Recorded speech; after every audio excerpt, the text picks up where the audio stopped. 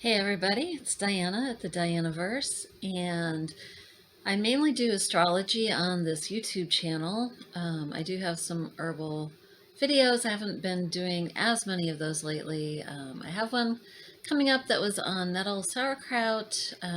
Someone else filmed that and I'm waiting for them to send the link to me. But some of my other areas of interest that I work on social media are herbalism, gardening, of course, the astrology. If you're into herbalism, you might want to check out my Instagram page. I have the link below, and also my Patreon, which is where I'm posting most of my recipes focused on flowers this year. I'm writing a little book having to do with the Fae, and I'm focused on the flowers, and I'm finding I'm mostly doing recipes because I'm kind of a foodie person, and that's uh, where my main interest in that lies. So it's just kind of giving you a heads up on some other things that I do. Today on this video, I'm going to be talking to you about the full moon, not the new moon, the full moon in Sagittarius. Some of the qualities of Sagittarius, if you're not familiar, are higher ideals, higher goals, learning, travel, like long distance travel. Those are all associated with Sagittarius, which is ruled by Jupiter.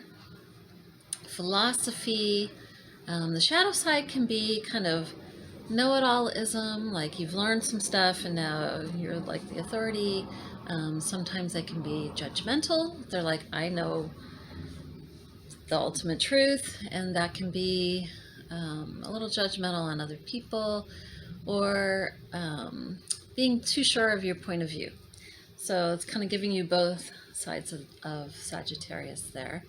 The sun, of course, is still in Gemini, so we're still in the air sign there. Sagittarius is a fire sign, so you got air and fire. Sometimes that can get a little inflamed because, oxygen feeds a fire.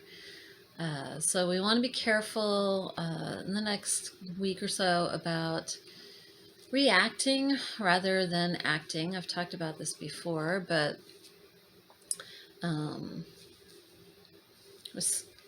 so I'll get into the aspects that are going on with Saturn.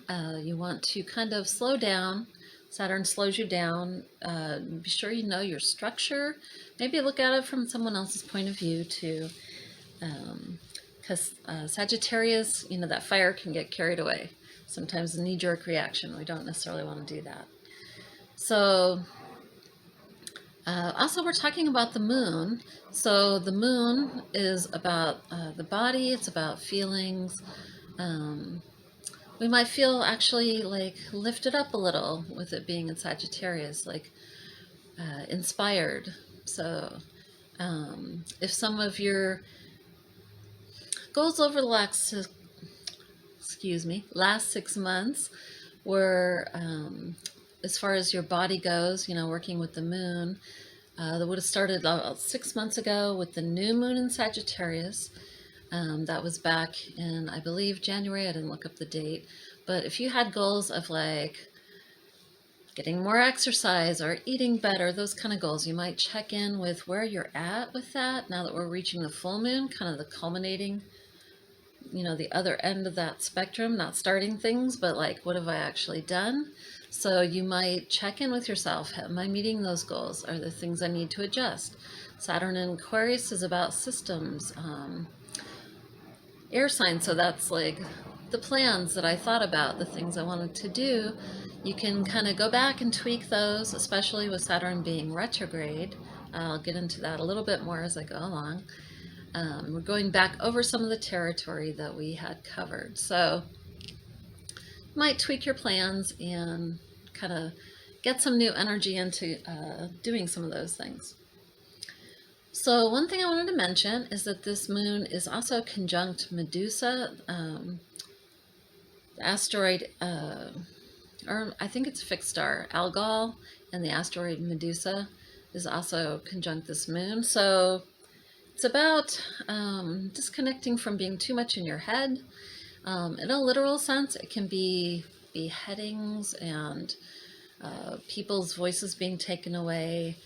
I saw that there was a beheading, that they found beheading victims in the Republic of Congo. That was something that popped up in the news, and I noticed it because I knew this aspect was coming up. And while I was looking for which country that was in, because I was trying to remember, there had actually been a few beheadings recently.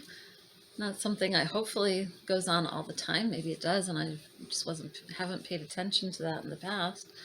There was even one here in the U.S., a trial about someone who actually beheaded somebody. So hopefully not too much of that in a literal sense. I think the head has sort of this mystique about it, about being like the center of our thoughts, the center of power for a person, because that's where we speak our truth.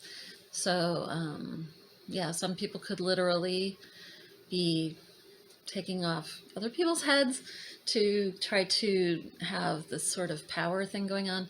But it can also be like ourselves, like where have we become maybe shut down from speaking our truth, or been so in our head that we are separated from like our body or our feelings or things going on. So that's one thing to think about.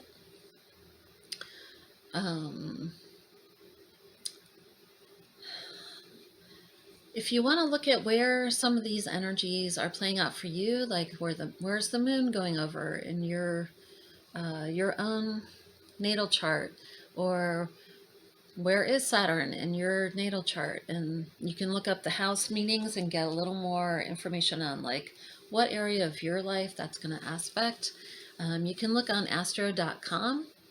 If you go to the free horoscopes, there's chart. You can get free charts done there, and it'll show you your natal chart. You need to know your time of birth, your city where you were born, and you can plug all that information in and give free charts that you can look that stuff up if you're interested in going a little further with that. I'll try to put that down in the notes also. So we've got Mars conjunct Chiron in Aries.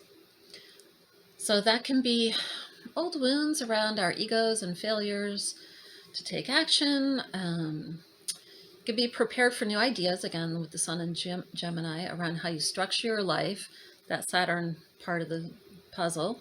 This is all like a little bit of a puzzle, right? Putting all these different things in the heavens together and how they fit with you personally. Mars is a personal planet, so that can be like how you feel personally. Mars is like personal anyway, like being ruled by Aries. It's one of the more personal signs of the zodiac.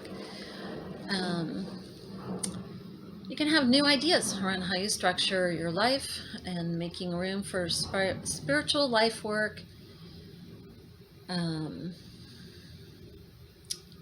And routine, going off the like Aries, Mars, and Saturn side, versus your adventure, the Sagittarius moon, the full moon, and can have a boost in energy to move some stuck things. You can also be letting go of some stuff. I'm just trying to like put all of this together. So you want to balance between your work life and your rest life, right? You can get too far one way or the other. We still have Neptune in Pisces, which is more of a collective sign. Pisces can be like, I'm tired of certain things, I want to take rest, and you're trying to find kind of a balance. You don't want to go too far one way or the other. You want to take action and do things if you have energy for that, and you want to take enough time to rest and restore the body. And holding that tension between the two is where you try to find your balance. Now, it is kind of interesting, this thing with balance, because we've got the Sun, which is in Gemini, which is trining Saturn and squaring that Neptune in Pisces. And then we also have Venus, which is squaring Saturn and trining Neptune. It's the opposite, right? So there's a little bit of like a push-pull kind of energy going on with that. Now, it can be creating some magnetism when you have opposite poles like that going together. You've got your yin yang, right, your balance, and they're moving between one and the other because it's the same planets, but just with different aspects. The trine is an easy aspect and the square is a harder aspect. But you've got two planets, the Sun and Venus, who are on polar opposites with this. So that can be like a magnet when you have opposite poles connecting like that. That's magnetism. You can use that to draw situations to you, the things that you want to manifest. If you've done your clearing work with Pluto and Capricorn, like letting go of the things that don't serve you, your retrograde Saturn, where you're like, I have too many things going on, I've got to let these things go so I can focus, then you can be really clear, and it's a great time to magnetize and draw things to you. If you're not super clear, what you can create is some stagnation, because Saturn is a fixed sign, and if you don't have everything clear so that the energy can freely move, you can have a little bit of feeling stuck, right? Saturn is going over the points that it had gone through just recently, like say May, April, late April, May. You could be going back over some of that work that you've done and tweaking that, because there were some things that didn't quite work maybe. I know I did a whole lot of work in my garden, clearing weeds and laying down mulch in an area. Then I went out of town for 3 weeks in May, and I also had COVID, so it took me a little while to kind of get my energy back. And I went out in my garden, and it had rained all of May, which is great. Like, nothing died, right? Because it was getting rain. But I had weeds gone wild, and I'm trying to, like, find my plants again under that. And I thought I totally had it under control in the spring. But now I got to go back over it and rework it and rethink that. Like, okay, I thought I had things pulled, and I laid down mulch, but, sorry, my cow was destroying the couch there for a second. Had to get her attention. So I'm going back over that work and having to figure out, okay, the system didn't necessarily totally work the way I thought it would, and retweak that. So you may have some things like that going on in your life. So, that's Saturn in Aquarius. And then you've got your Neptune and Pisces. So Neptune and Pisces, that's about the collective all the way. Saturn in Aquarius is like the individual, what you're bringing as an individual to the collective. Because that Aquarius is a collective, but your Saturn is more about, and Aquarius, it's about the individual, like what you can bring new to the world, your part in it. So it's about the collective, but it's like, what does your individual energy, like what are you offering to this world? So we've had a progression of planets through Aquarius over the last couple of years. And Saturn is in Aquarius now, so it's like about our structure. What new systems are we bringing to our lives, to the collective, but to ourselves, and how do we want to restructure this? And we've had all this stuff going through Aquarius, so the next thing that's going to go into Aquarius, it's not there yet, but it's in the last degrees of Capricorn, is that Pluto. And Pluto is the slowest moving planet because it's the farthest one out. It takes it longer to go around the sun than any of the other planets that we work with. So all the other things have gone before it to kind of pave the way for what's going to go on with Pluto in Aquarius. So we're going to see a lot of shaking up of our systems and how we innovate things. And Pluto doesn't always care like what's nice and what's not nice. It's just going to change stuff. So we're getting ready for that. I think I have gone through all of the things, looking at my little cheat sheet here. The plants that I'm working with for this full moon, I've been working a lot with roses. So roses are a complex plant, like a lot of things in the Rosaceae family. It's both demulcent and astringent, so it both soothes and pulls the tissues together. There's a little bit of protection as opposed to some of the other rose family plants. Um, you've got those roses with their thorns, so um, kind of building those protective structures, using that Saturn to make our boundaries and be really focused and clear on what we're bringing. Um, that's what I'm working with. And rose is such a tasty plant. If you haven't done food things with roses, they are fun to work with. You can find lots of things online that you can make. The stones this month, the crystals that I want to work with are calcites. Some of the calcites have more than one color to them. I have some beautiful calcites. I have like green and orange. Ocean jasper also kind of has like that red and green quality together.